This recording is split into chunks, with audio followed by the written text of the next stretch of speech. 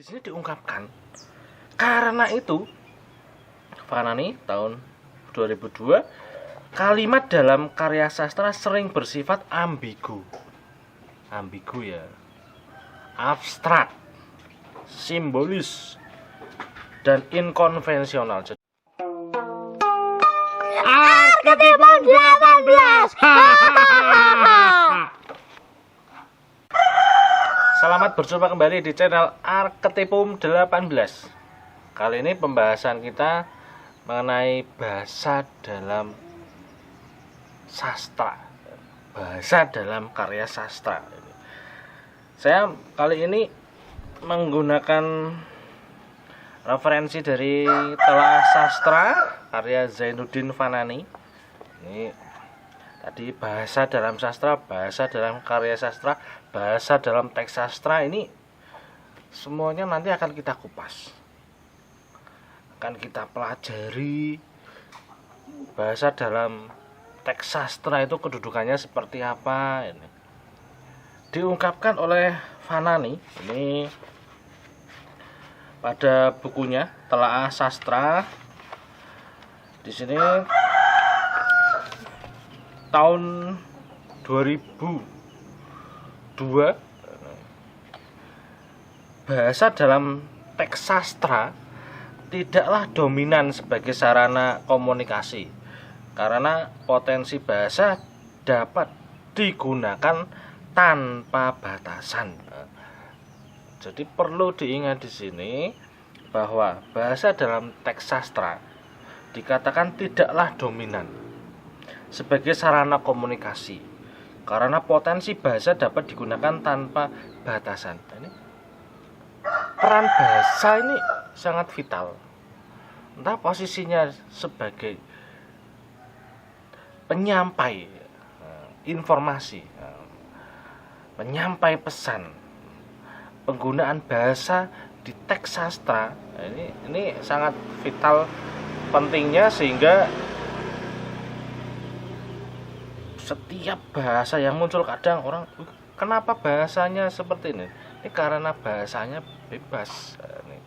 Bahasanya dia menyesuaikan dengan situasi dan kondisi saat itu. Ketika di desa, bahasa daerah muncul sesuai dengan logat daerah itu.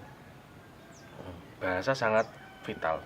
Di sini diungkapkan karena itu Fanani tahun 2002 kalimat dalam karya sastra sering bersifat ambigu ya, abstrak, simbolis, dan inkonvensional. Jadi peran bahasa di situ nanti sesuai dengan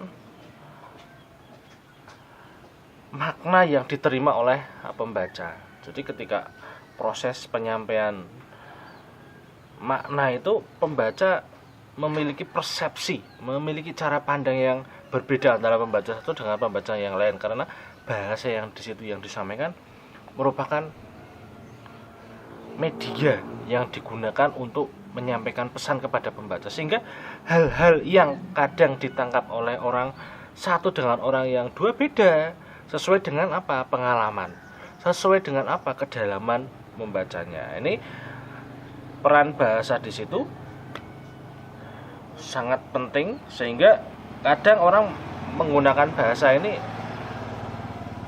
bebas, tidak terikat oleh aturan-aturan tertentu. Ini karena sastra ini merupakan hasil citra, gambaran, merupakan deskripsi dari kehidupan yang nyata sesuai dengan apa yang ada di dalam benak pengarangnya, penulisnya, sehingga ketika menggambarkan situasi yang ada di dalam kehidupan ini, ada hal-hal yang diungkapkan sesuai dengan kehidupan, kemudian ada persepsi yang dimunculkan. Nah, ini tidak hanya kreativitas saja dari penggunaan bahasa itu sendiri.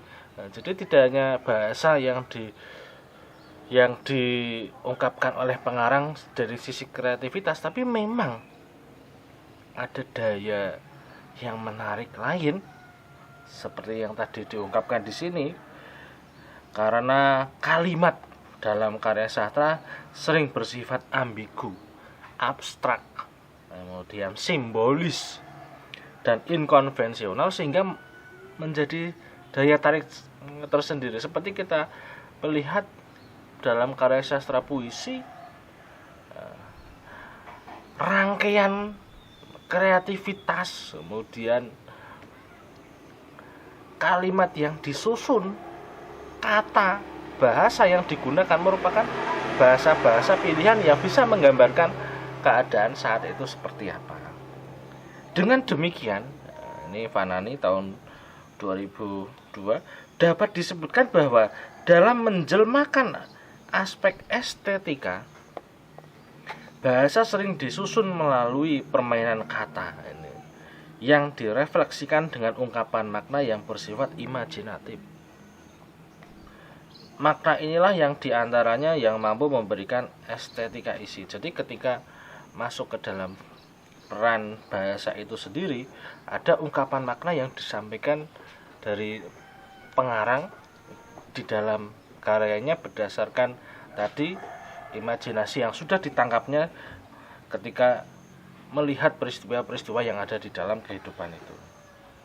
Makna inilah diantaranya yang mampu memberikan estetika isi. Jadi setiap ada kata, ada kalimat, ada paragraf yang muncul di situ memberikan ilustrasi, memberikan deskripsi, memberikan gambaran, memberikan citra yang nantinya akan ditangkap oleh pembaca dari sudut pandangnya, dari persepsi pembaca.